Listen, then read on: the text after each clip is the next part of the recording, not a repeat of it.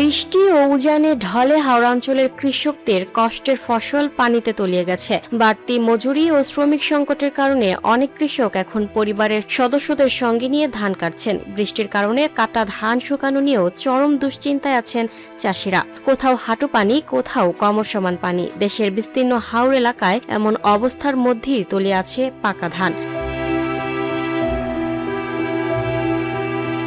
এতে শ্রমিকের মজুরি বেড়ে যাওয়ায় নেত্রকোনার সরমুশিয়া হাওরে কৃষকেরা পরিবারের সদস্যদের সঙ্গে মাঠে নেমে ধান কাটছেন। অনুমান করে পানির নিচের ধান কাটতে গিয়ে আহত হওয়ার ঘটনাও ঘটছে। অন্যদিকে সুনামগঞ্জে অতিবৃষ্টি ও উজানের ঢলে প্রায় 16,000 হেক্টর জমির ধান পানিতে নিমজ্জিত হয়েছে। বৈরী আবহাওয়া ও বজ্রপাতের আতঙ্কে ধান কাটার শ্রমিক পাওয়া কঠিন হয়ে পড়েছে। যেটুকু ধান কেটে আনা সম্ভব হচ্ছে সেটিও শুকানোর জন্য পর্যাপ্ত রোদ না থাকায় বিপাকে পড়েছেন কৃষকরা। চাষিরা জানান, পানিতে ধান তলিয়ে গেছে। অন্যদিকে বজ্রপাতের ভয়ে ধান কাটার শ্রমিক পাওয়া যাচ্ছে না, এতে নষ্ট হয়ে যাচ্ছে। আগামী এক সপ্তাহে উজানে ভারী বৃষ্টির পূর্বাভাস রয়েছে। এতে ফসল রক্ষা বাঁধ ক্ষতিগ্রস্ত হওয়ার শঙ্কা প্রকাশ করেছে পানি উন্নয়ন বোর্ড। সুনামগঞ্জ পানি উন্নয়ন বোর্ডের নির্বাহী প্রকৌশলী মামুন হাওলাদার বলেন, 178 কিলোমিটার বাঁধ, এগুলো আসলে দীর্ঘ সময় রক্ষার করার ক্ষমতা আস্তে আস্তে কমে যাচ্ছে।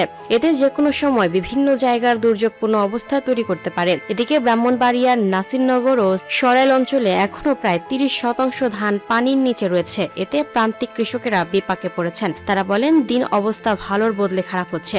কিশোরগঞ্জের বেশিরভাগ নদীর পানি বাড়তে থাকায় নতুন করে ধানের জমি পানিতে তলিয়ে যাচ্ছে। সেখানে 1,500 থেকে 2,000 টাকা মজুরি দিয়েও কৃষি শ্রমিক পাওয়া যাচ্ছে না। নিজ উদ্যোগে এখন পর্যন্ত প্রায় 53% ধান কাটা সম্পন্ন করেছেন কৃষকরা। তারা বলেন, 700 থেকে 1,000 টাকা দিয়েও লোক পাওয়া যাচ্ছে না, ঠান্ডার কারণে কাজ করতে পারছে না। এছাড়া মৌলভীবাজারে প্রায় 1,432 হেক্টর এবং হবিগঞ্জে প্রায় 8,000 হেক্টর বোরো ধান পানির নিচে রয়েছে। শ্রমিক সংকটে ধান কাটতে না পারায় বড় অংশের ফসল নষ্ট হওয়ার আশঙ্কা করছেন কৃষকরা।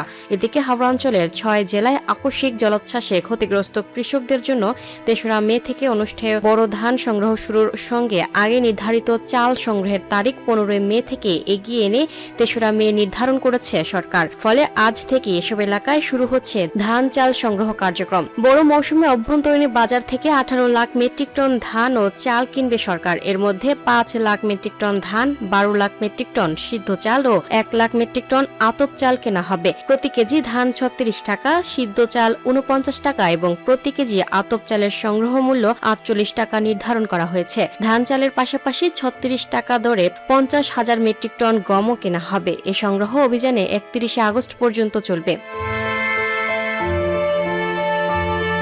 Lucky Akter, up to date news, Dhaka.